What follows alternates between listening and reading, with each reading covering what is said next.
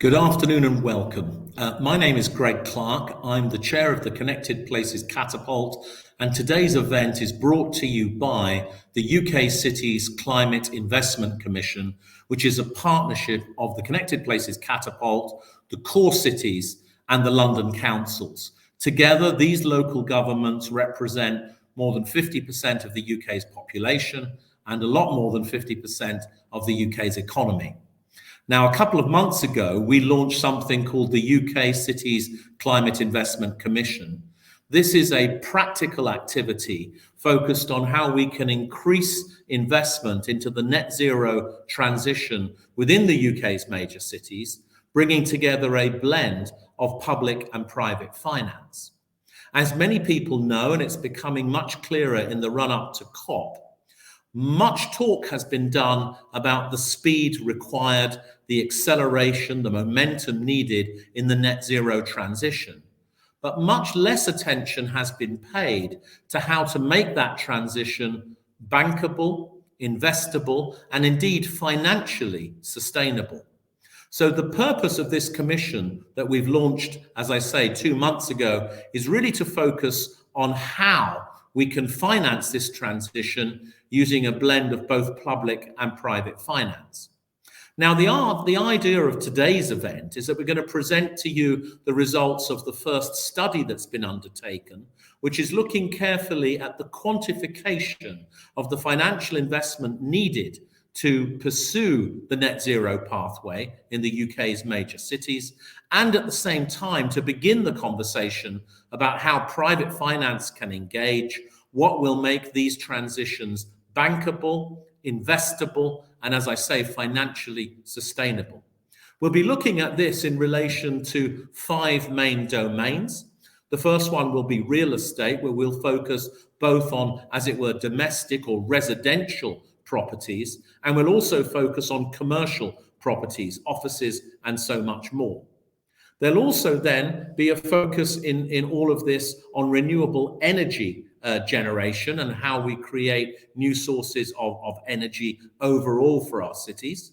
We'll focus on the decarbonisation of transport and the investment pathways that are required there, as well as looking more broadly at waste, how we decarbonise waste, but also how we finance the circularisation of waste and much more. And then finally, the 5th domain is really to look at green infrastructure in our cities and to ask the question how all of that can be financed. Now, we're very pleased to be launching this report before the COP conference that begins in just a small number of days' time. We want to use this report to set a practical agenda around the investment pathways needed, the sources of finance that may be available, and the mechanisms required really to build long-term sustainable markets in this space. I want to say a big welcome to everyone who's here. The format of the afternoon will be as follows. In a few moments, I'll be introducing the principal authors of the report to talk us through what we've learned about the quantification of the financial gap and the opportunities to build sustainable markets in this space. Then I'll be introducing to you a panel of discussants, including very significant city leaders from the UK, as well as industry experts and an international perspective. And then as the panel evolves, I'll be inviting you to send your questions through the Q&A function, please, if you would, to ask the questions both of our report authors and of the panel. And I'll try very hard to make sure that we take as many of your questions as we can, focusing on these practical issues of how we finance the transition. So that's the format for the next hour and a half or so. I'm looking forward to what you have to say as our guests, and I'm also looking forward to what our speakers are going to say. So I'd like to turn now to our first speaker this afternoon, who is Rufus Grantham.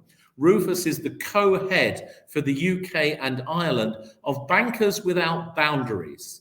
Bankers Without Boundaries have been working together with us and their partners to develop the report that we're about to hear from. It gives me a great pleasure now to turn over the stage to Rufus, to invite him to introduce the report and to remind you to submit your questions through the Q&A function, and we'll pick them up during the panel discussion.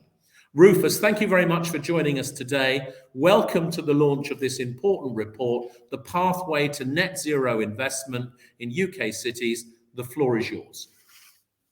Thank you, Greg, and good afternoon to everyone. If we can move to the first slide, please.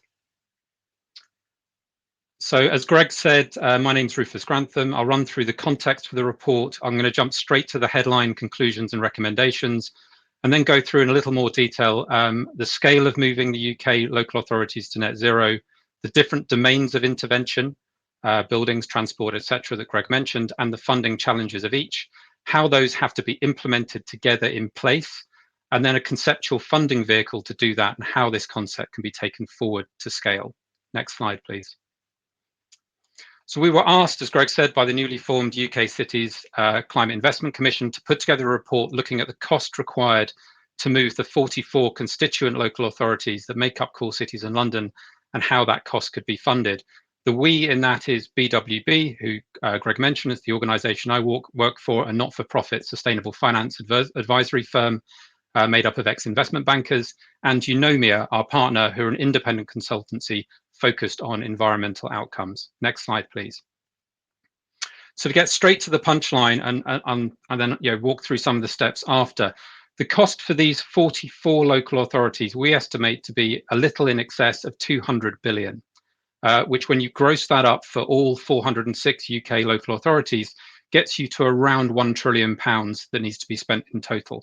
And that's in the same ballpark as the 1.4 trillion requirement that was laid out in the Climate Change Committee's recent sixth carbon budget, though we have a slightly more limited scope as we're looking from a local authority perspective, and so we haven't included some more national items like aviation, for example.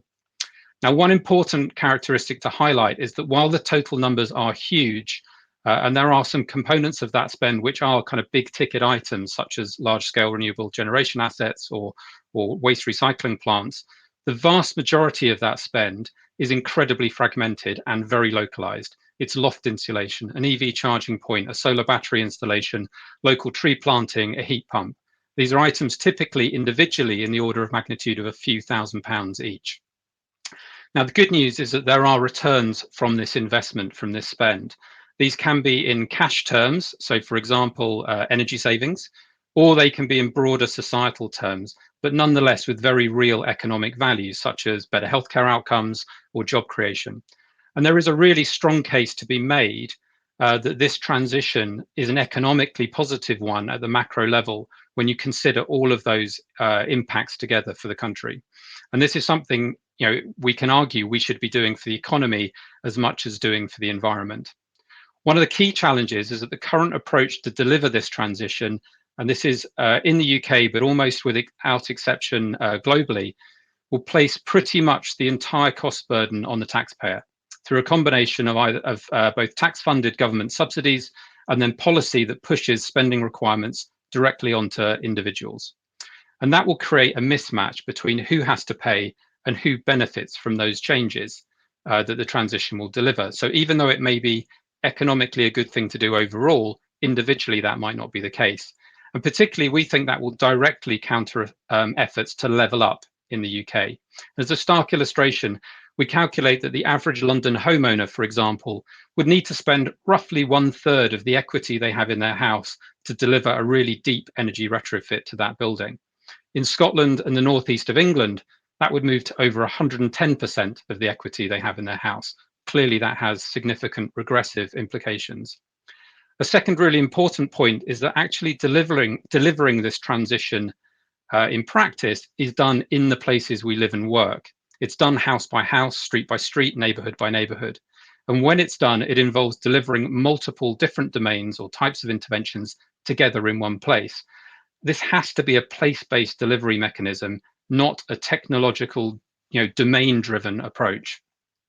So we're proposing a new model of place-based delivery at a neighborhood scale, so at a localized level, of multiple interlinking interventions backed by a blended finance structure, which can then marry multiple different sources of funding together and can then replicate and scale nationally.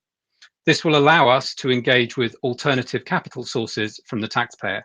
So if we can cover part of the cost through sources such as patient capital from pension funds and insurance companies, for example, which will need to be repaid with a return, but over multiple decades, as well as alternative sources of outcome-seeking grant finance, then we can reduce the taxpayer burden and align the investment with the return in a more just way. And we believe this has the capacity to create somewhere in the region of a 300 to 500 billion pound investment opportunity in UK-based, place-based net zero transition. Next slide, please. So just to be totally clear, what are we actually talking about doing? This is about reducing the demand for energy into our buildings by making them more energy efficient. It's about creating alternative sources of both electricity and heat generation that are more renewable. It's about smart mobility options for communities, not EV, but also car share schemes, active travel options. It's about creating community assets that change the requirements to travel for communities. It's about waste management, and it's about delivering green infrastructure into communities. Next slide, please. Now, the model we're proposing is the creation of local investment vehicles aligned with local authority, which fund that broad range of local investment into a neighbourhood and then capture the returns to support the funding structure. What do we mean by capturing the returns? It's a variation on what is often called a save to pay model. So a resident would pay nothing for this change to their neighbourhood, but any savings created in terms of reduced energy costs or maintenance of boilers, etc., would be paid back to that investment vehicle as an annual maintenance and comfort fee, ideally billed, on bill via the utilities. And that leaves the resident in an identical financial position after the work is carried out, but with a healthier, more comfortable and greener place to live. And it creates a long-term annual income stream for the investment vehicle, which can be used to repay the repayable component of the funding. It does also create a mechanism, if we choose to use it, to leave some of the saving with the resident. And that might not be in every location, but could become a really powerful tool to combat energy poverty and fuel poverty. Next slide, please. Okay, so get back into some of the detail. We talked about the scale. These are big numbers. It's beyond the financing capacity of the public sector. We need to find alternative sources of capital. We also need to start doing this now. We need to start doing it quickly if we're going to have a chance to meet net zero deadlines and most importantly, mitigate those temperature increases. And it's incredibly complex. These are systemic transitions in parallel, which are often interlinking. The way that we use transport impacts our energy systems, impacts the homes that we live in, and is highly unlikely to be achieved through a large number of individual decision makers. 29 million individual homeowners or householders in the UK are unlikely collectively necessarily to create the most systemic approach. And there is this real impact, as we said, on just transition, on levelling up, if this is pushed directly onto individual household balance sheets. Next slide, please. So this slide shows how the investment spend for the 44 authorities breaks down into those different domains. A significant proportion, as you can see, is in decarbonising our buildings, whether that's commercial or residential, and transport is the other significant component. Next slide, please.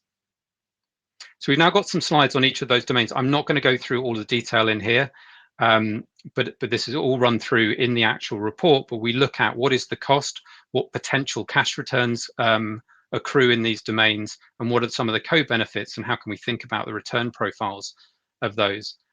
Typically, just to pick up some one or two bullet points, if we look at the built environment, the energy savings created are not particularly great from an economic return perspective. You'd require a very significant subsidy to do this work, even to make it economically neutral as a householder.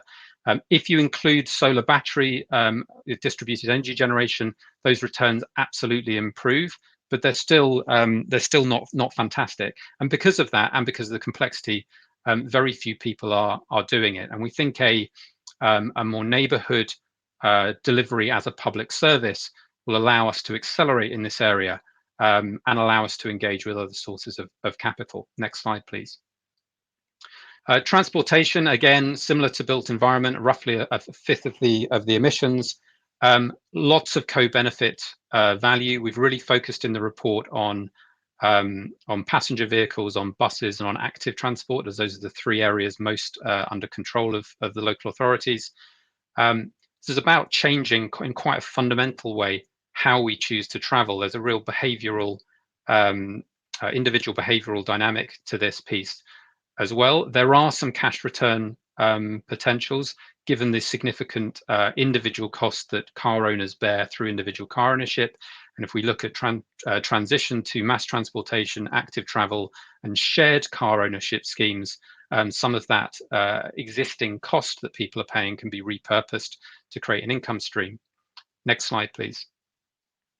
Renewable energy is probably the area with, or is the area with the best overall economics. These, in many cases, can be funded standalone. We're seeing the growth of community-funded or community solar or wind assets around the country. There is a case to be made for aggregating these across local authorities in order to engage with capital sources in a more efficient way and push down funding costs. But there is also a case to aggregate these kind of interventions with some of the harder to fund interventions to get a blended return that is better overall. Next slide, please. And then finally, waste and green infrastructure are the hardest to fund from a cash return perspective, but have significant co-benefit value. And in the case of green infrastructure, significant engagement value, which I'll come back to. Next slide, please. So this just gives us a summary across all of those domains. The traffic lights in the second column indicate the direct cash returns that are available, and therefore the bankability, to use that word, to private finance. Can we actually repay some capital? You know, renewable energy generation, absolutely there is that case. Waste and green infrastructure, absolutely there isn't. It's a challenge through the cash returns alone. But in buildings and transport, we think there is potential. Another principal agent issues that are in a later slide, and then the types of co-benefits and the requirement for policy change across each of those areas. Next slide, please. Now, as we said, and this is a repeat of a slide from earlier at the start, it is very tempting to consider what needs to be done from a domain perspective. That the reality is those domains, A, are interlinking, and B, need to be implemented together concurrently in actual places in order to have real systemic impact. Next slide, please. So to just look at some of the challenges to actually deliver this kind of model, we've touched on some of these already. The cash returns are challenging, the financial returns are low, and therefore aren't driving spend currently, standalone. Each of these areas is full of principal agent issues, which I mentioned just earlier. What we mean by that is that the individual who has to spend the money is often not the individual who then receives the benefit. So a simple example, there are lots of them throughout this space, but a simple example is a private rental landlord who'll have to upgrade their property, but it's the tenant who receives the lower energy costs, and therefore that incentive, such as it is for the landlord to spend that money, goes away. They can always push the rent up, but then their property becomes less marketable. And so these kind of barriers inhibit spend. It can be challenging to value the co-benefits and engage with organizations that might value those. So as an example, if you plant trees, you improve the quality of water runoff. And you also reduce the amount of water runoff. Now, water companies are direct beneficiary of that. Less water goes through their infrastructure, their operating costs, and over time, their capital costs are reduced. And so how can we engage with water companies to co-fund that? And that is already happening with a number of local authorities across the country. Community engagement is a really important piece here. Selling retrofit, and a big part of this we know is retrofit, is a very difficult thing to do. It's not the most exciting thing to have a discussion about window energy efficiency or insulation.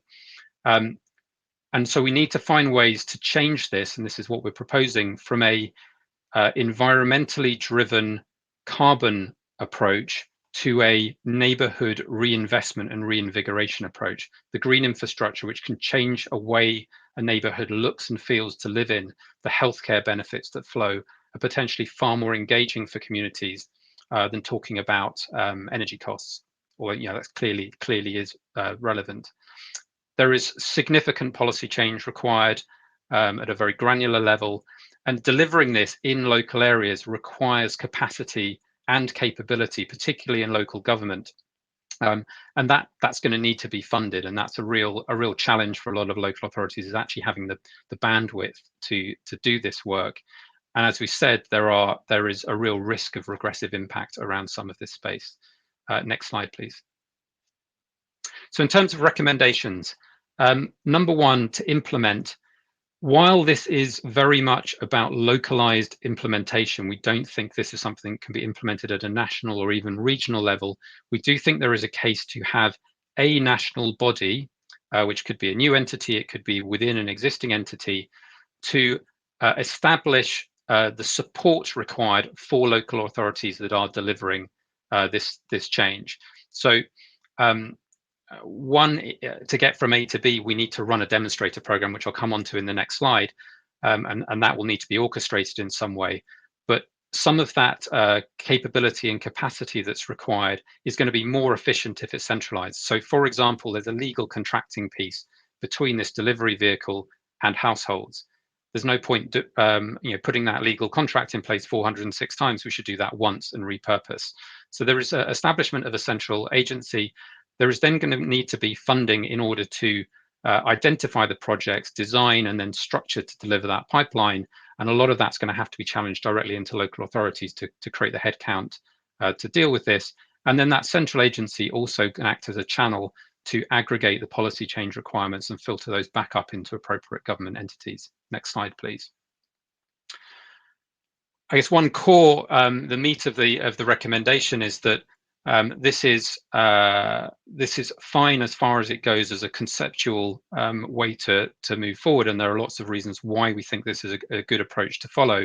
But really, to move this forward, we have to do it. We have to learn by doing, and so we're recommending the implementation of a series of demonstrators across the country in partnership with a small number of local authorities to actually deliver this in real life, to transform neighborhoods, to create that income stream, almost certainly funded with public money initially, but to create the proof of concept for financial sector partners. And we have talked with a number of the largest insurance companies, pension funds, and banks in the UK about this model, and there is real interest in engaging with it. But we need to prove that concept out in order to start to have capital flow. Next slide, please. And then finally, and apologies, but not apologies for the complexity of this slide. There has to be a blended finance structure because the returns are low. We need to be able to blend in grant-based funding with return-based funding in order to pay for it. So just very quickly to go through this slide, in the middle in green, you have what we'll spend money on. So that's the retrofit, it's the generation, it's the mobility, green infrastructure, et cetera. On the right in blue, we have the value of the returns that we're generating. In the darker blue on the bottom, that's the cash-based bits, that's the energy savings, the maintenance savings, car club income, etc. In the lighter blue above, the co-benefits, fuel poverty, job creation, air quality, healthcare, education, water management, etc. The bit as a financier we are particularly interested in is where we can get the money from. That's the red bit on the left of the slide. And that's really a ratio, a blend between repayable capital and non-repayable capital. The repayable capital, as I said, we think there is a real opportunity for long-term capital, low return, huge impact. There's a clear decarbonisation and social impact from doing this kind of work, that we know that the pension funds and the pension fund industry in the UK manages about £2.5 trillion of all of our assets. So there is real availability of capital here, but they're very interested in investing in, and there's also an opportunity to open up investment opportunities for the local communities themselves. And then looking at non-repayable capital, and you can break that broadly into two groups: traditional government funding, so that could be decarbonisation subsidies, it could be economic recovery funds, it could be green infrastructure funding, it could be transportation funding, but then looking at other sources of outcome-seeking grants. That could be other governments. So healthcare is a really big one. We know there is a huge preventative impact of creating better housing on healthcare outcomes and therefore on the financial strain on the NHS. But also it could be philanthropic, so charities looking at issues like biodiversity, alleviation of fuel poverty, who could contribute into these structures to make real impacts in local communities. But also the corporate market. We're talking about reducing carbon and therefore looking at this as a source of carbon credits to engage with the local corporate market, we think has real potential. And I'll close there, and we can move to the panel and maybe move to Q&A at the end of the panel. Rufus, thank you very much indeed. You've done a brilliant job to summarize what is a very detailed report in such a short period of time. I think just to underline some of the things that you said, 200 billion is the estimate exactly for the decarbonisation requirement within the municipalities that we're focusing on in the core cities and the London councils, and that would scale up to 1 trillion for the UK as a whole. You think it's possible to create a market, an investment-based mechanism, an investment opportunity of 300 to 500 billion. This would involve taking a place-based approach that would integrate different approaches and would optimize, as it were, the mix of co-benefits and direct financial benefits. And overall, what the report is proposing is the creation of some kind of central national climate investment agency to drive efficiency and scale into the market, but to couple that with a series of localized demonstrators of how we can do this integrated investment in a blended package of activities at the local level. And then you've come up with, I think, an intriguing proposition around your third slide there that shows how the financial structure would work, combining, as it were, as you said, repayable finance with non-repayable finance in ways that would deliver both co-benefits and direct financial benefits. And those of us who were sharp enough to see the way the pictures worked will see that actually the financing and the benefits can align extremely well in terms of this model producing sustainable financial returns for those that require it, and at the same time a huge range of co-benefits for the non-returnable financial element, and therefore a very intriguing way to use decarbonisation as a process to achieve all kinds of benefits in health, in quality of life, in the arts, and of course in forestry, in nature, in conservation, and in so much more.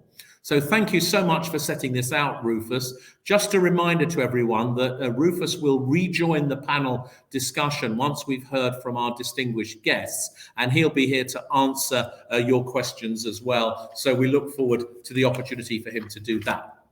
Let's come on to our panel, and what I'm going to do first of all is just to tell you who is on the panel, invite you to welcome them, and then we'll pick up with them each one at a time.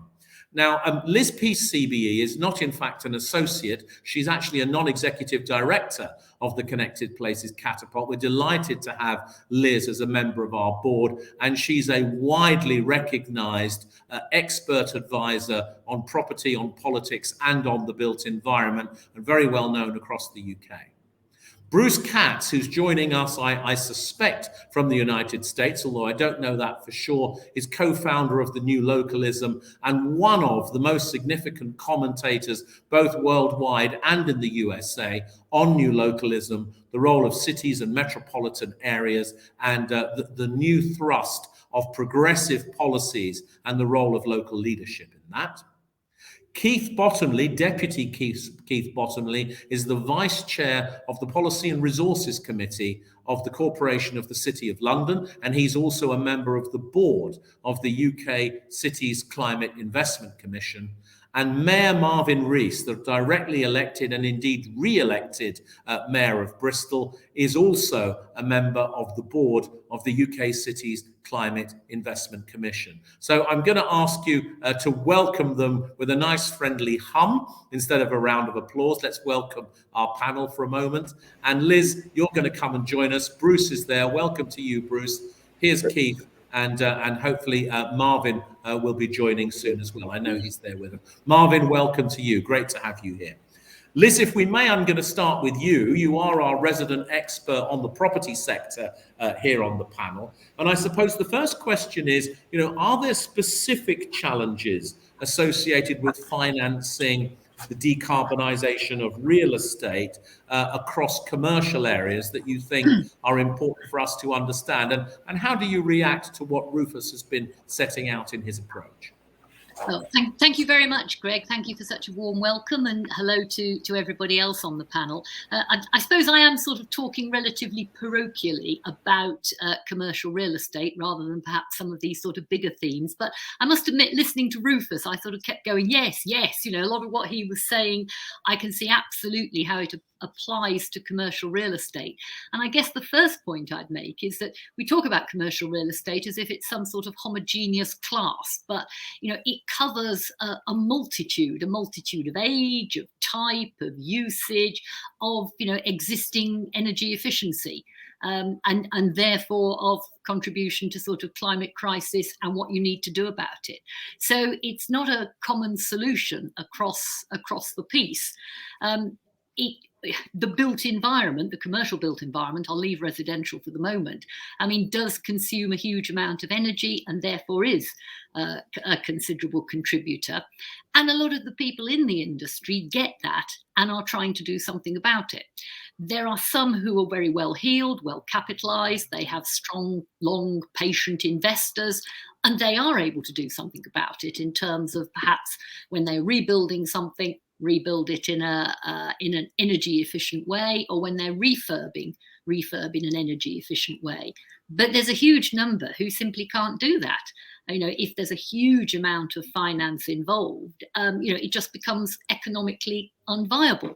And that, I think, then poses some really interesting problems for the commercial real estate market. My big worry is we can, the big boys can build nice modern offices and they can make them extremely resource efficient generally, and specifically energy efficient. And they attract lots of tenants who move out of horrible old buildings. What's going to happen to those horrible old buildings? We also, of course, now I think are very conscious of the whole issue of embedded carbon. So if you say, well, just knock them down and rebuild them, what are you doing to the loss of the embedded carbon? So that, I think, is it's a big challenge across the industry. There is a huge amount of real estate that is just rubbish and needs something pretty fundamental doing to it. And the owners of it simply do not have the capital and cannot get the return in order to allow them to do that. So I think that's a seriously big problem. And I just mention one other, which is the sort of slightly peculiar nature of the way we occupy our commercial property in this country. About 50% of it is owner occupied. So the owner of the building occupies it. And that in some ways is a lot simpler, except they probably haven't got any money. But leaving that aside, the other half of our commercial property is tenanted. And we have a very old and very sort of honoured landlord and tenant legislation, which creates this problem of what we used to call, I think we still call, split incentive. Because if the landlord is required to refurbish his building to make it more energy efficient, can he actually pass the cost of that onto his tenant? Because actually it's the tenant who's going to benefit from it in terms of lower energy bills. And there's an even more sort of little perverse disincentive, which is that landlord and tenant law, once you've let to a tenant, the tenant's effectively king in his domain. He doesn't have to let the landlord in to do anything.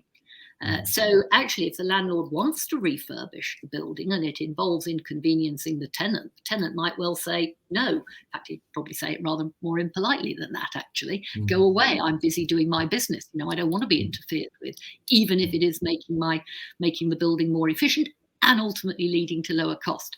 So there's all manner of problems that stack up there, which, as I was reading your report and then listening to Rufus, I'm left thinking that this is not going to be solved entirely by private finance, because I don't think there is the private finance out there to do it.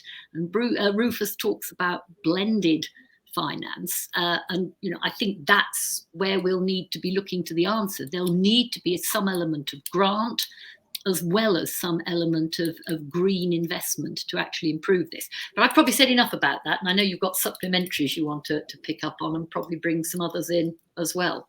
Well, I do want to do that in a minute, Liz, but thank you for what you've said so far, because you've drawn attention to a fact that not everybody outside of real estate knows, which is that actually many of the property owners are simply cash strapped. And the cost of transition is actually very difficult for them. And then you've also made the very important point about the split incentives between the owners and the occupiers and the different responsibilities. And this is a great example of where, as it were, there are benefits that fall to one but not to the other. The price and the cost falls in one place, the benefits fall in another. Let me just ask you one more question about the industry as a whole, though. We do hear a lot about major real estate players beginning to see the net zero transition not just as a competitive advantage, but as actually a competitive requirement now. You know, the changing sentiment on the financial institutions side, the sentiment that's happening with citizens, the change in policies by local governments. And also we hear about employers and occupiers saying they can't attract the talent if they're in a dirty building. Now, how much of this sentiment are you hearing, and what do you think is real in all of this in terms of market signaling about where we need to go on the decarbonisation of commercial real estate? I mean, yes, I'm hearing a lot about that. And a company that I was involved in, we've now sold the company, where I chaired their sustainability committee, another one of the big estates where I sit on the board, absolutely on the ticket on this one. They absolutely got that. Even 10 or 15 years ago, you know, when sustainability, pre-global financial crisis, sustainability was going through its first sort of raising its head as a big issue. A lot of the industry got the point that it was going to be easier to let a well-performing building than it was to let a non-well-performing building. And actually, of course, you know, the old adage, time is money. The longer you've got a building vacant, you know, the less good it is. You've got your borrowing costs, you're having to fund. So, you know, just having an attractive building in terms of performance, a lot of people get it. But as I goes back to my earlier point, this is not a homogeneous industry. We have a very wide variety of owners, performers, behaviours even. Some people are a lot better behaved than others. So I think, yes, the big companies, the big PLCs, who've got shareholders, by the way, who are all very, very interested in this. The big institutions are seriously interested in this. You know, the big investors, the pension funds, you remember years back, you know, CalPERS started it all. We're not going to invest in buildings that don't perform well. And then, of course, ultimately, I always used to say to my members, or say to anybody interested in this, you make this argument to the CFO, because actually, if you've got a resource efficient building, it is a cheaper building to run. And don't CFOs always want you to sort of, you know, cut your running costs? So be smart about it. Yes, talk about saving the planet. We all believe in that, but if you really want to get to the hard-nosed finance guys. So I think there is a huge amount of the right thinking out there, but it comes back to what I was saying earlier about whether there is the resource to do it in anywhere other than the well-capitalized or long-term financed patient capital type of organizations. Just one other point. I mean, I do think, despite some of the incoherence of government legislation on this subject, and also the deep imperfections of the whole EPC market, my goodness, that is starting to concentrate minds, because if you know that you are not going to be able to let a building that has anything lower than a B rating by 2030, you've got a problem. You know, and you need to start looking now, because for all the reasons I mentioned earlier, you don't refurb buildings overnight. You've probably got to wait till various tenancies come to an end and all. So actually, that legislation, I think, has really become a sort of come home. You know, it's really got to the heart of the matter for a lot of these companies. But there's still a whole lot out there who either don't get it, haven't the resources to do it, or dare I say it, don't care. And, you know, that's deeply worrying. Liz, thank you very much indeed. I mean, that's a sobering tone to end on. But nevertheless, I think your point is that the legislation is creating an environment in which dirty buildings will become obsolete. And therefore, they will represent a liability and certainly a cost to the owners. And you've also made the point very well that the blended finance approach is going to be very important here. Liz, lots more to hear from you when we get into the wider discussion, and I hope that our delegates will send questions to you via the Q&A function. We're going to drop you off for a moment and welcome Bruce Katz, but we'll see you shortly, Liz, if we may. Okay, thank you. Good to see you. Bruce, let me welcome you from, I believe, across the pond. It's great to have you with us and great to see you again, Bruce. Thank you for joining us. Obviously, we're talking here about UK cities, right, and how we can create a new approach to financing the decarbonisation of them. But why don't you give us, to begin with, an international perspective and tell us a little bit about how the progressive cities and metros in the US are trying to tackle the similar problem? Well, first of all, it's great to see you, Greg. I'm calling from Philadelphia today. It's a very interesting moment in the United States because President Biden has proposed an unprecedented and historic Build Back Better agenda to provide the public financing to make a rapid transition to a clean economy and have it work for more people. That legislation is now tied up in Congress, a few weeks before the climate summit.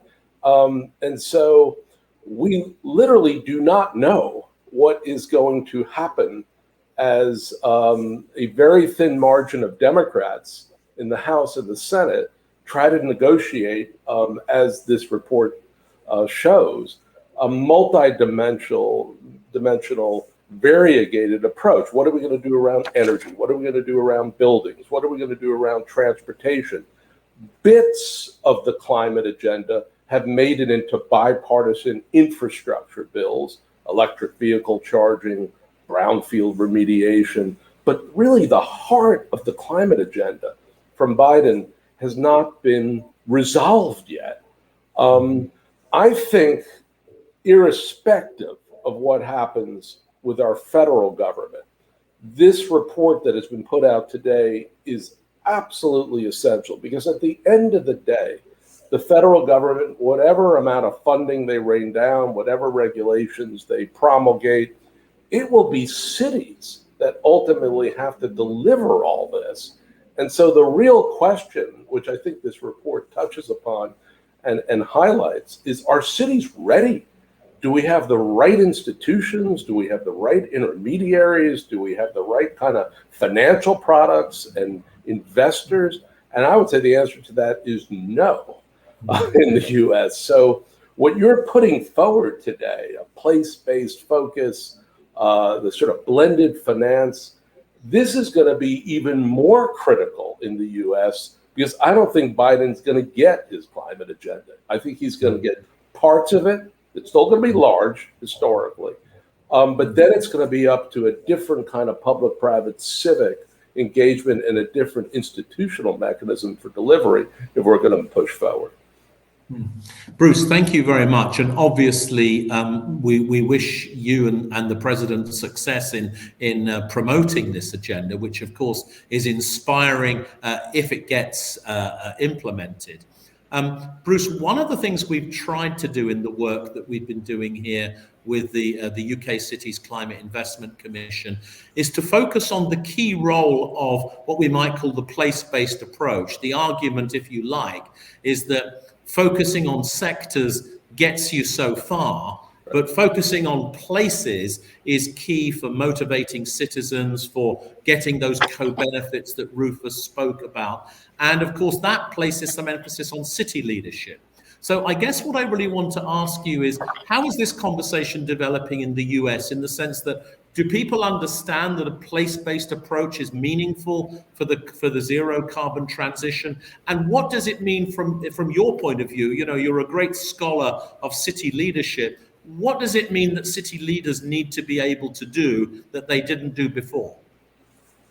Yeah, Greg, I would say that there's a recognition because of the funding that has flowed so far during the pandemic. We're still in the pandemic, but during the CARES Act from last year, the American Rescue Plan this year, that whether we're talking about economic restructuring, whether we're talking about the shift to the clean energy future, whether we're talking about the inclusive economy, all these are multidimensional.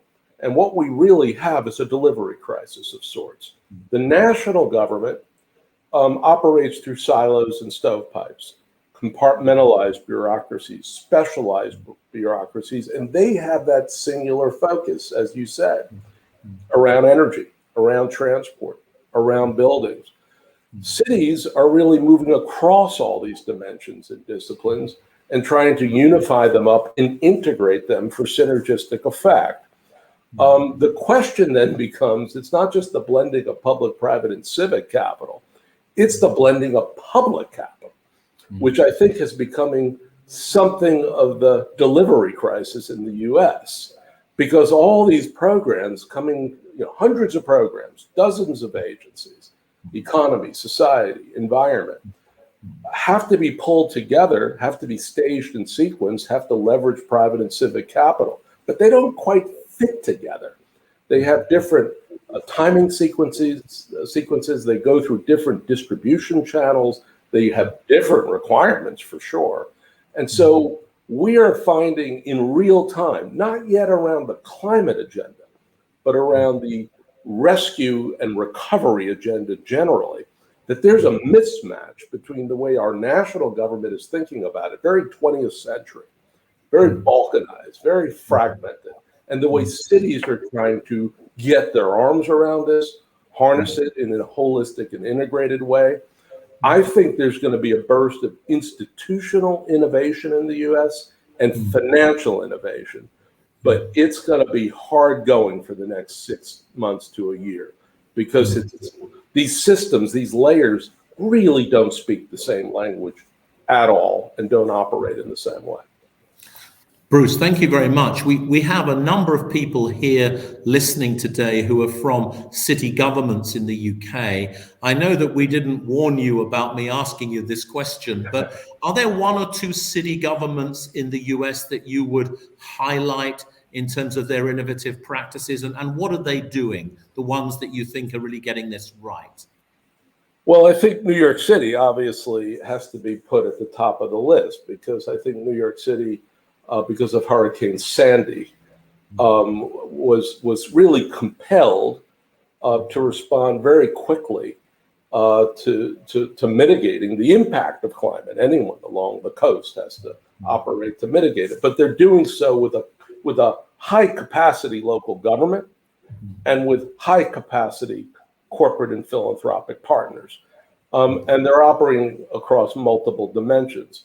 So New York City, in many respects, is leading this in the US. My concern, both politically and from a sort of a resolution perspective, is we now need to think through what is the capacity we need in our smaller cities and metropolitan areas so that they can quickly deploy federal resources in such a way that we can achieve what the president has really put forward for the country. Some of this is going to have to be wholesale. It can't be every tub on its own bottom. It can't be every city figuring this out. That is going to be painful, and frankly, it is not going to be productive or successful. We're going to have to think about different kind of national intermediaries, owned by cities, driven by cities, governed by cities, that can really take the weight, the market weight and financial weight of cities so that they can negotiate directly with the utilities and with financial investors and beyond. I think the Danish models here are really applicable to all of us. The Swedish model, Communinvest, is applicable to all of us. I think this is that burst of collective city action that provides a foundation for individual cities to rise to the level of where New York is today. Bruce, thank you so much. And it's a brilliant example, actually, of what needs to happen. And it chimes perfectly with the messages that are coming through in our report about local action, but with national intermediaries to facilitate it, particularly to enable the smaller cities to participate. Bruce, we look forward to having you back in the panel in a few minutes. And just a reminder to our audience, please to put your questions in the Q&A for Bruce, for Liz, for Rufus. And let me now say goodbye to Bruce for a moment and introduce two of our board members. We'll start with Deputy Keith Bottomley, Vice Chair of Policy and Resources at the City of London Corporation. Keith, thank you so much for being here today, and thank you also for sharing in the leadership of this initiative that's launching this, the City's Climate Investment Commission. I'm going to invite you to say anything you want to in response to the report, but I particularly would like to pick up the point that, one of the great wealths of the UK is our amazing financial services.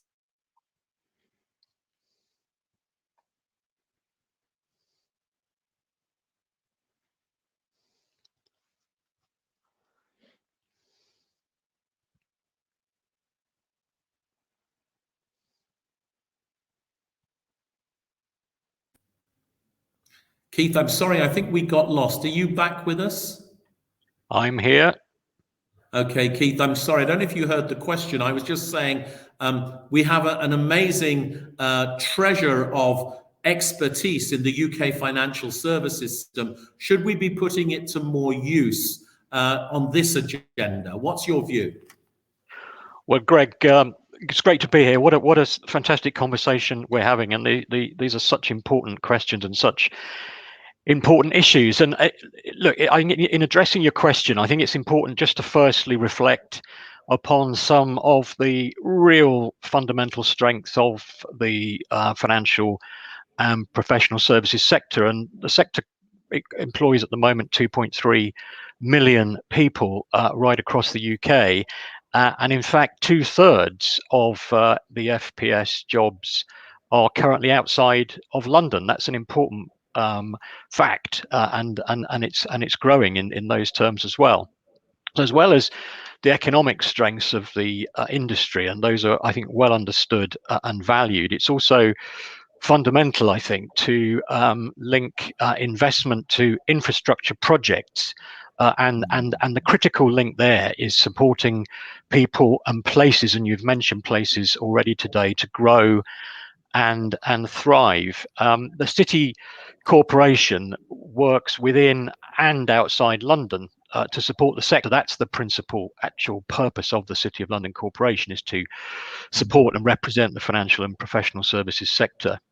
And it's one of the principal reasons that we are, very proud partners of the Connected Places Catapult and Core Cities and London councils on this commission. It's also fantastic to be working alongside regional and national leaders such as Marvin, who I know is coming up next on this particular shared agenda. Bristol has shown some real leadership in this space, and we're absolutely delighted to be able to help showcase Marvin's work and the work in Bristol at our Green Horizons Summit at COP26. And we've been working to promote the unique strengths of financial and professional services hubs across the UK by focusing on protecting and growing FPS related jobs and the associated GVA that comes with that right across the country, building tech ecosystems, supporting the talent pipeline and addressing skills needs, supporting the transition to net zero and attracting infrastructure investment. And in all of that, we're adopting a really tailored approach, a thought through tailored approach. So working with regional economies on their own unique strengths within their sector. And each of the hubs that I was talking about just a second ago has a unique offer. And this is very much reflected in the core cities we're working with on the commission. I think the skills are fundamental to the agenda. So back to your absolute question on skills, it's a strong supply of people within the sector with the right skills, and the innate talent is absolutely crucial to the continued success of the financial and professional services sector. And we've worked with the government on the Financial Services Skills Commission to continue to promote more investment in reskilling and upskilling the entire workforce. That is such an important area for the financial and professional services sector. And on the face of it, you wouldn't think that, but it absolutely is a sector that needs that reskilling, needs that investment in upskilling, and the case is being made very strongly for that. I would say, finally, a couple of points. Accessing some of these skills and experience could be critical to securing the investment that will make the projects in the report that we're launching today a reality.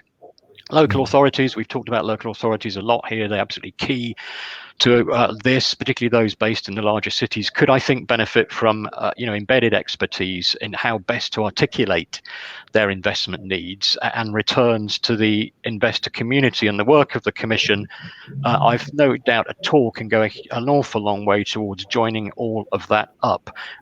We're committed to bringing financial services closer to the heart of the focus on the regional economies. And more broadly, all of this, I think, fits within the levelling up agenda.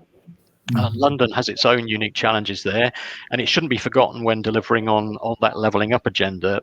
But we're committed to working with the sector to help deliver levelling up opportunities right across the UK, and through investment in people and skills and infrastructure.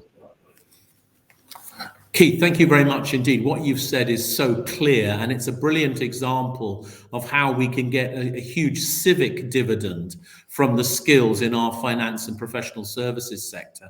Let me come on to another question with you, if I may, because Rufus made the point in his presentation that we need a combination of, as it were, repayable finance, of public finance, but he also spoke about the role of development finance and talked about how important that could be. In your view, with the new UK Infrastructure Bank coming on stream now and other initiatives, what do we need to do to really make development finance play its role and really add some value in all of this? Yeah, again, absolutely critical area. I think that the report identifies very clearly the scale of the challenge that we face, and to put it simply, the sheer investment required to reach net zero and to support the industries of the future across the core cities. And Liz talked about, everybody's mentioned this, I think there's no question it's a blend of public and private investment that's required, and the sums are eye-watering, aren't they? 500 billion required to reach net zero in the core cities and in London alone. I think the figure globally will be over $90 trillion. Now, central governance, of course, alone cannot meet that sort of investment requirement. So we believe, this is where we're absolutely focusing ourselves, that private finance must step up to the mark. So that is our absolute focus for the activity that we are leading at COP26 with the government, with the Treasury in particular. We are leading on the private finance agenda at COP26 with 7 strategic partners from the financial and professional services sector, and very, very much in partnership with the Treasury and with the Chancellor of the Exchequer. We'll be hosting a Green Horizons Summit as part of that work, which aims to help mobilise private capital to transition to net zero, and actually it's providing a platform for the financial and professional services to really get into the nuts and bolts of that question at COP26. The event will be, it's going to build alignment. We hope it will build alignment around the best practice in green finance. It's going to focus on resolving some difficult but necessary issues. Let me explain what I mean by that, just including the main barriers to accelerating the mobilization of capital, how to get money to move. That is one of the biggest challenges, the financial mechanisms and the products to get capital to move, and how to finance transition and growth. And that is a really important question. We've got to do both. And lots has been said about pricing of carbon. what I'm fascinated about at the moment is the emerging importance of nature-based solutions, and there's going to need to be a pricing mechanism and a pricing framework for nature. And there's a whole lot. You can have a whole conference on nature on its own, I know. Now we're seeking and we're seeing new products develop within financial services to support that transition. That's absolutely the case. We've got over 260 green bonds on the London Stock Exchange now from 23 countries. That's a start, but it is only a start if I'm honest. And the benefits of developing new financial products to support development finance are twofold. Firstly, we make a meaningful commitment to deliver on our net zero targets. And we also support the competitiveness of the UK economy. And what was once a risk, Greg, I think now is the biggest business opportunity of the century, with the potential to create thousands of jobs and support investment right across the UK. So the financial and professional services sector is well placed to support businesses up and down the UK to transition to sustainable new technologies and innovations, and lots of development to come in that space, because half the answer to all the challenges I think we all accept now hasn't been invented yet in technological terms. But just to illustrate this, our Finance for Sustainable Growth, which you know about and others might know about, the work looks to establish the key interconnectors that are required to support businesses in that transition I was talking about. And we believe that the reach of the city of London will be key to supporting inclusive growth across the UK, and will ultimately support the wider investment pledges that are set out in this report today. I think just finally, the sector must work with the public sector to deliver this. So that public and private partnership, the public sector needs to support private finance initially and co-invest along. So the partnership for me is about co-investment alongside the private sector. If public capital can provide reassurance and show that investment can provide returns, I think that's very important, that will stimulate the crucial private capital that's needed. And that could play a significant role in creating trust and de-risking investment so that they're more attractive to private investors. But public money needs to do more than just de-risk. It also needs to set out a vision and a framework and offer the clarity on returns in order that the private finance can scale. Keith, thank you so much. I mean, you've reminded us of a very key point, which is that blended finance requires co-investment, and it requires public finance to be very smart and very active in that whole process. And you ended by saying it has to be guided by a vision, which in a sense is a perfect segue to speak to Marvin for a little bit. But firstly, Keith, thank you very much. Thank you very much, Deputy Keith Bottomley. Keith will be back in the panel in a few minutes, and we're waiting for your questions, delegates. So thank you, Keith. Let's introduce now Mayor Marvin Rees from Bristol. And it was Marvin, along with the leader of Glasgow City Council, saying that something needed to be done in this space that actually was the inspiration for this initiative that we've taken, where we're reporting for the first time today. Marvin, great to see you. Thank you very much for joining us here. And thank you for being a member of the board of this initiative. Tell us a bit about the challenges, if you don't mind, in Bristol. And I want to ask you to focus on the opportunities for co-investment with the private sector, but also what are the priorities, but also what makes it easy and what makes it difficult from your point of view. So I gave my State of the City last night, and we went over this just a little bit. I mean, the challenges are not around making the case for decarbonisation. The challenges are, to be perfectly frank, paying for it. Looking at our existing housing stock, bringing forward transport solutions that provide people viable alternatives to private cars, protecting space for nature, but buying land that's difficult to develop on, but offers city centre living where we can offer more efficient lifestyles and so forth. So that's our challenge. I would add another financial challenge around this, which is not just how we pay directly for the specific projects and programs, but also tackling the issues of poverty. So it's absolutely essential politically, and I'd say morally as well, but I don't mean conveniently politically, that we end up with a just transition, so that the poorest people, the most vulnerable, don't end up paying the highest price. That's not just the right thing to do, but you could end up with a political backlash against the programs of decarbonisation if people find that they're not benefiting or are actually being adversely impacted, and we'll lose the democratic mandate to deliver the scale of change at the pace it needs to develop. But huge opportunities in places like Bristol, and the work we've done with you to link up with core cities. If we're looking at heat pumps, for example, look at just Bristol and Liverpool alone, 300,000 to be put in. A huge, big program on retrofitting homes. We in Bristol, we're moving towards a mass transit system, which would be a £4 billion plus transport offer for the regional economy as well.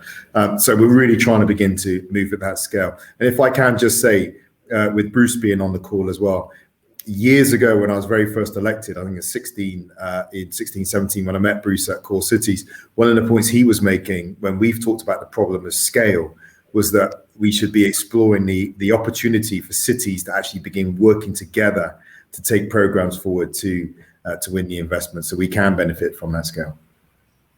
Great, and of course that's exactly what we're trying to do now, and we thank you and Susan again for the inspiration to do that, Marvin. And you know what you've set out here seems to me to be a very clear agenda. Heat pumps, the retrofitting of homes, moving towards a mass transit system. You know how much it's going to cost in each case. The issue is making it bankable, it seems to me, and creating a kind of blended finance solution there. You've made that very clear. Marvin, can I ask you sort of another question on all of this? That it's often said that part of the challenge here is that this is all seen as top down, if you like. It's all about government policy. Whereas actually, I think the thrust of this report is that place-based leadership and local initiatives are very important. And you've made the point that if you're going to have a just transition, it's actually got to be a very participative thing with citizens feeling really involved. So have you got any views about, firstly, how we convince government that bottom up is going to be absolutely key here? And then secondly, what is it you need to do to really get the citizens involved so that they see that they're benefiting here as well as rather than having something done to them, as it were? Well, just first off, I really like the phrase that was used, that, you know, local action with national intermediaries to facilitate. That really captures this relationship with me, because we're not saying doing it at the city level and ignore national government. National government absolutely have a role. But again, it cannot be delivered by people putting levers in Whitehall, Westminster, or even Washington, DC. There are no direct connections between decisions made there and outcomes, right? It's always a collaboration. In terms of the relationship with government, clearly there'll be parties to that, like the places and the government itself. For taking our responsibility at the local level, we need to turn up as solutions. I've just taken over chairing the Local Government Association City Regions Board, and one of the conversations we had early doors is, we are a solution. These things you want to do at national government level, delivering housing, we are a solution. And you have to see us as part of your toolkit, not there to be used and manipulated, but it can't be done without us. So the way we talk about ourselves, the way we approach, the way we build relationships is important. The flip side is that national politicians, national leaders need to mature in their understanding that the world has moved on from the 1980s. It's not one in which national governments, like I said, just get outcomes because they wish it or want it to happen. They need partners, they need collaboration. Power is too diffuse, not just at local government level, but all the agencies in local government that are doing things and shaping life. In terms of taking people with us, again, we've talked about the need for people to understand how it will benefit them directly. If it's just come as a cost, for example, we've had the conversation about air source heat pumps, and you can put one in, it will cost you money, but you'll actually receive no real financial benefit unless other things come along with it. People aren't going to do that.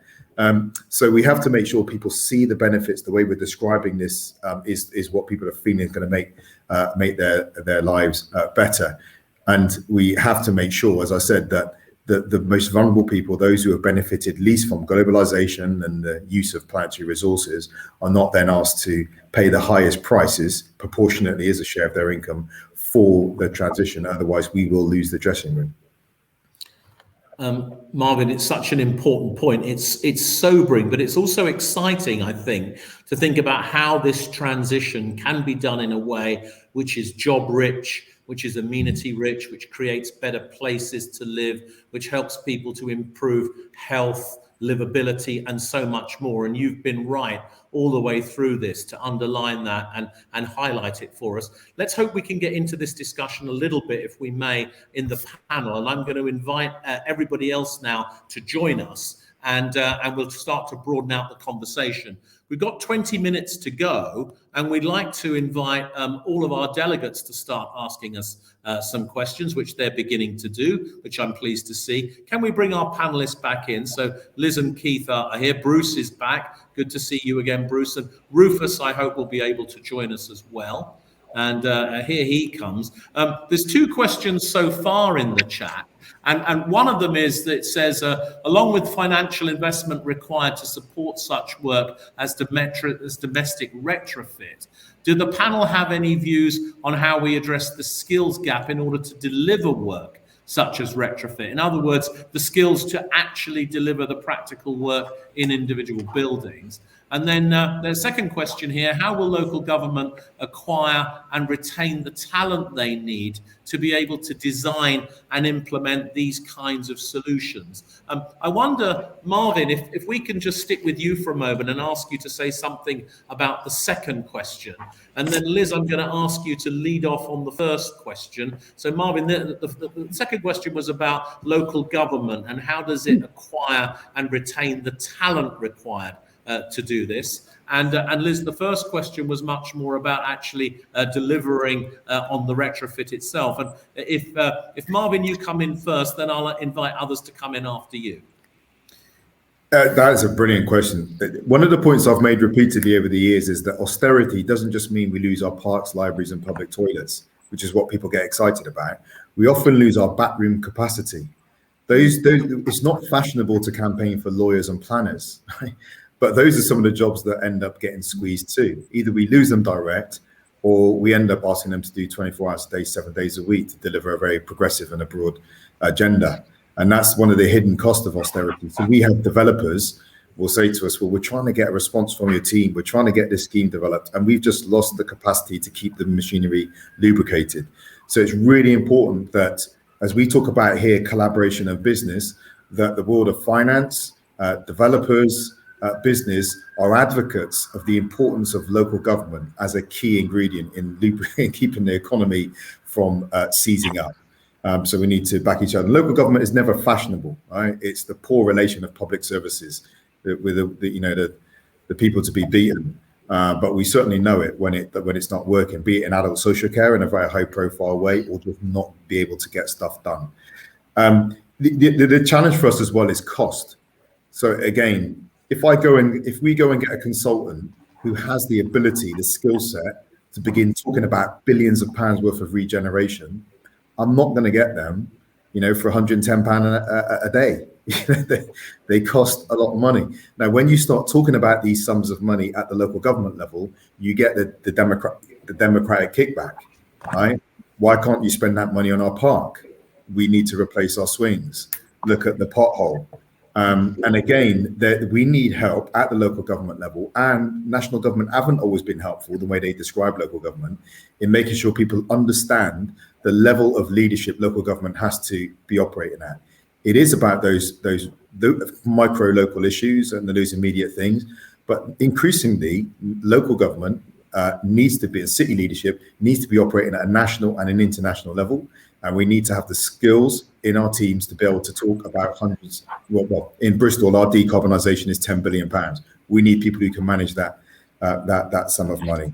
I think, in that sense, when we start talking about the national body, to support could be key to that, because maybe we could have a skill set, a pool of skilled people who could be purchased collectively and loaned out and lend their skills out as and when the projects come and go through, and we could make that cost more palatable to our local populations who are facing council tax increases, a loss of universal credit, and all the rest of it that makes spending money difficult for local people to understand. Very helpful, Marvin. I know Liz wants to come in, so we'll bring her in straight away. And then, Bruce, I'm going to ask you to comment on this question from your perspective. Liz. I mean, the point I wanted to make, and it was interesting because Marvin sort of said it towards the end. I remember when I was doing some work for the Homes for Londoners board. This was on a slightly different theme. It was about sort of complex regeneration vehicles, which involved working with the private sector and everything else. But the point we made then was that, sometimes boroughs, in the London case, only do one of these every 10 or 15 years, if that much. And actually, the skill set is not one that they're likely to keep all the time. So how can you have some sort of more centrally available resource? I don't know, a Tiger team or something like that, that can actually have those skills, and you might have to pay for them, but only pay for them once, because that team can then work for a much larger number. I'm afraid in the context we recommended it never took off with the GLA and London councils, but I'm sure now we've got a much stronger imperative for actually getting the expertise to put together complex deals that involve the private sector and private finance, but only do it once, or get the team that can do it for you, rather than have to reinvent it every time. It's a very helpful point, Liz. And let's hear from Bruce about whether this same debate about how local government acquires and retains the skills needed is alive and well in America. And if so, do you recognize, Bruce, this idea of having some shared resources that help local government with the expertise required? Yeah, I think a critical element of what we would call the delivery crisis in the U.S. is how much local government has been degraded really since Ronald Reagan in the 1980s. So I was in Erie, Pennsylvania the other day. It's a city of 85,000 in a county of 250,000. It's very much like the north of England. It was a great industrial powerhouse for decades. They have really one city planner with an assistant. There's very little capacity to essentially get ready for and then deploy all these disparate investments that the national government is calling for. So we need a radical surge in capacity within local governments, across jurisdictions, because it doesn't make sense just to have each little municipality have their own capacity. It has to be shared, through these national intermediaries. Frankly, in the U.S., I think a lot of this will get paid for by the philanthropic and the corporate sector initially. Business leaders in these cities will basically say, we're going to have the full return on investment in terms of job growth, in terms of inclusive recovery, in terms of the climate response. We're going to have to put the first money in. If we wait for the feds to fund this, we'll be waiting for 2 years while they write the rules and all the rest. So my sense is we're going to have billions invested locally initially to leverage trillions in federal investments and then beyond with other private and civic investments. So, but the capacity issue is a key element of the delivery crisis in the U.S., and it's been decades in the making. We need tens of thousands of professionals and community liaisons, a diverse workforce, putting shoulder to the wheel, really by middle of next year, if this is going to play itself out. Bruce, thank you very much. Keith, one aspect of this skill set that local government needs to have access to is obviously financial skills. And you spoke about this quite a bit in your earlier remarks. Are there particular initiatives that people should be aware of where financial skills are being made available? And I guess Rufus will know quite a bit about this from Bankers Without Boundaries as well. But what's your view, Keith? Are we doing enough on this? The short answer is no, Greg. I mean, the backdrop to this for me is, with these mega trends such as technology and data, demographics and globalization, there's just insufficient investment in training in the financial and professional services sector, and it is at a crucial tipping point. And that's why we've been working with the government on the skills side of dealing with that. I suppose the increased importance of technological skills doesn't just apply to financial services, does it? It's going to affect lots of sectors and all people in all areas. I think the challenge can't be met by recruitment just on its own, but it requires a real focused investment in reskilling and upskilling the entire workforce. That's got to be paid for, but you know, the financial services sector's got to deal with that. Otherwise, there'll be a huge problem. Very, very clear. And I think that this challenge is spoken about in another question that we'll come to in a minute, Keith, which is about building trust between local government and the financial sector. But before we go to that, Rufus, any comment you want to make on what's been said so far? Then I'm going to ask Liz to pick up the question about retrofit and the skills for that. And then we'll come back round again with some of the other questions that people are raising. Yeah, absolutely. I think, number one, if these roles are set up and funded for success, they're potentially fascinating roles to do. So, I mean, that's one part of the retention is really contributing. Allied to that, and two things that we brought out in the report and which both Marvin and Liz mentioned, you have to pay, right? These are roles that you're going to have to fund and pay for. But also there are subcomponents of the skills required that would be better being centralized and made a resource that's available to local authorities rather than replicated in lots of different places. It's a combination between the two, I think.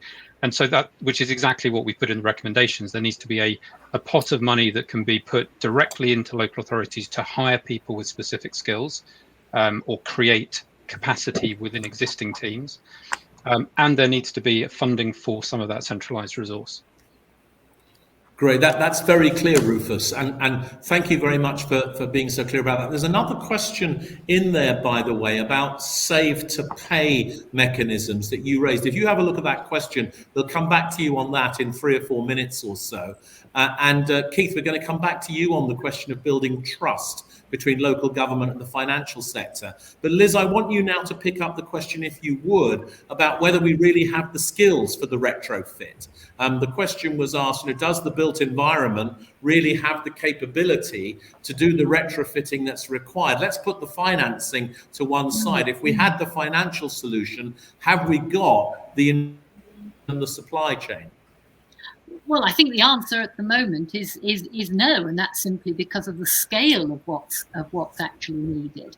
I mean, I think we're working, and you will know, Greg, from the sort of things we support at the Catapult. I think there's a lot of great ideas. There's a lot of interesting technologies that are coming along. Probably not enough, because I don't think the built environment as a whole invests in research in the way it should. It's very much left to sort of individual providers to come up with the sort of the product ideas. So I think there's an issue around the new technologies we need to deal with this. Then there's this perennial issue of how you skill people to implement the new technologies. So there's no good coming up with brilliant ideas if you haven't got enough people capable of doing sort of domestic size air source heat pumps and ground source heat pumps and that sort of thing. I think this isn't just an issue around green retrofit. This is an issue around building skills generally.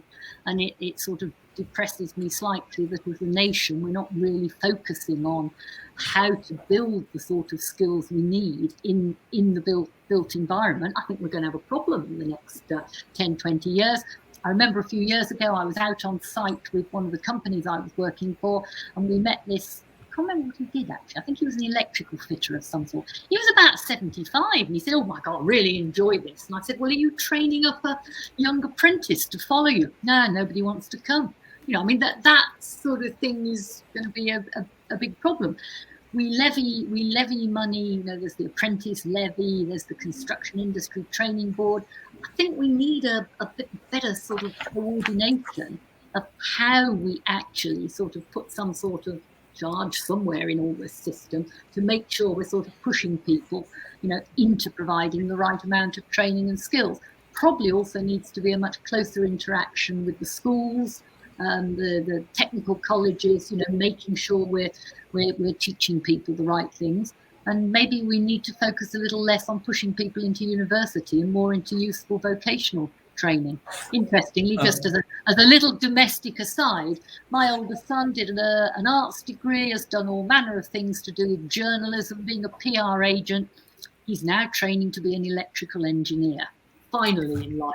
So he could have been steered to that much earlier in his career. Yeah, he could have been, Liz, and thank you very much for being so clear. We're going to have 1 minute answers now, because I want to just get Bruce to comment on what you were just saying from an American perspective. Keith, I'm going to ask you then to pick up the issue of trust between local government and finance. Rufus, you're going to be on the save to pay mechanism. And then Marvin, anything you want to say to close the conversation. So Bruce, is there a skills challenge around retrofit in the US as well? Absolutely, and I think it's partly an affordability issue in the U.S. with the ability of folks to go to our technical institutes, our community colleges, and pay for it. It's not just the tuition payments, it's everything else. So what President Biden is trying to do is make community college free, which the state of Rhode Island has done, which the state of Tennessee has done, which is absolutely essential. And then the question is, can we organize our technical institutes, our high schools, our skills providers to have train in place as opposed to train and pray, which is a good part of the system right now. And so that means company-led, cluster-led, tight connections between business in terms of writing the curriculum, teaching the classes in many places, and then engaging the credentialed students as they emerge. So big agenda. It's very much a high priority here. Great. Thank you very much, Bruce. Keith, your reflections on this very intriguing question about how we build trust and confidence and understanding between finance and local government to make all of this work.